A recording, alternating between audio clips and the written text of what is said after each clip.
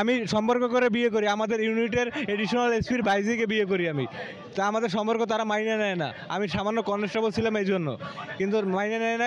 এই জন্য আমার বিরুদ্ধে বিভাগীয় মামলা রুজু করে, সেখানে দেখানো হয় আমি অপহরণ করে আমার ওয়াইফকে নিয়ে আসছি, এই রকমের মিথ্যা অভিযোগ দেখাই আমাকে চাকরিচ্যুত করা। কিন্তু আমাদের সংসার এখনও বিদ্যমান, আমরা খুব কষ্টে জীবনযাপন করছি। বিভিন্ন মিথ্যা অভিযোগ দেখাইয়া পুলিশ ডিপার্টমেন্টের বহুত সদস্যকে চাকরিচ্যুত করা হয় এই আওয়ামী লীগের আমলে। বিএমপির ট্যাগ লাগাইয়া, জামাতের ট্যাগ লাগাইয়া, বিভিন্ন অজুহাতে বিএমপির ফ্যামিলির পরিবারের অনেক পুলিশ সদস্য আছে, জামাত পরিবারের অনেক সদস্য আছে, এদেরকে চিহ্নিত করে করে ভুয়া অভিযোগ দেখাইয়া চাকরিচ্যুত করা হয়। এটা কবে করা হয়েছিল আপনাকে চাকরিচ্যুত? আমাকে 2022 আগস্টের 16 তারিখ চাকরিচ্যুত করা হয়। আমার অভিযোগের কারণ হচ্ছে আমি সম্পর্ক করে বিয়ে করি, আমাদের ইউনিটের এডিশনাল এসপির ভাইজিকে বিয়ে করি আমি।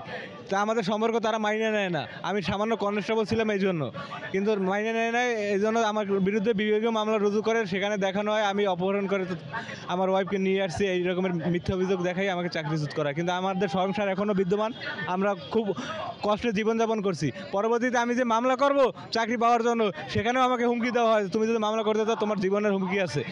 তাই এই 5 তারিখের গণ অভ্যুত্থানের পর আমরা এই দেশটাকে আবার স্বাধীন মনে করি রাজপথে নামি।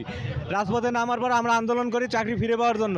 তখন আমাদেরকে আশ্বাস দেওয়া হয় তোমাদের চাকরি ফিরে দেওয়া হবে, তোমরা আবেদন করো। এই আবেদনের প্রেক্ষিতে আমরা আবেদন জমা দেয়, কিন্তু আমাদের আবেদন যারা যাচাই বাছাই করতেছে পুলিশ হেডকোয়ার্টারে বসে, ম্যাক্সিমাম আওয়ামী লীগের দোসররা।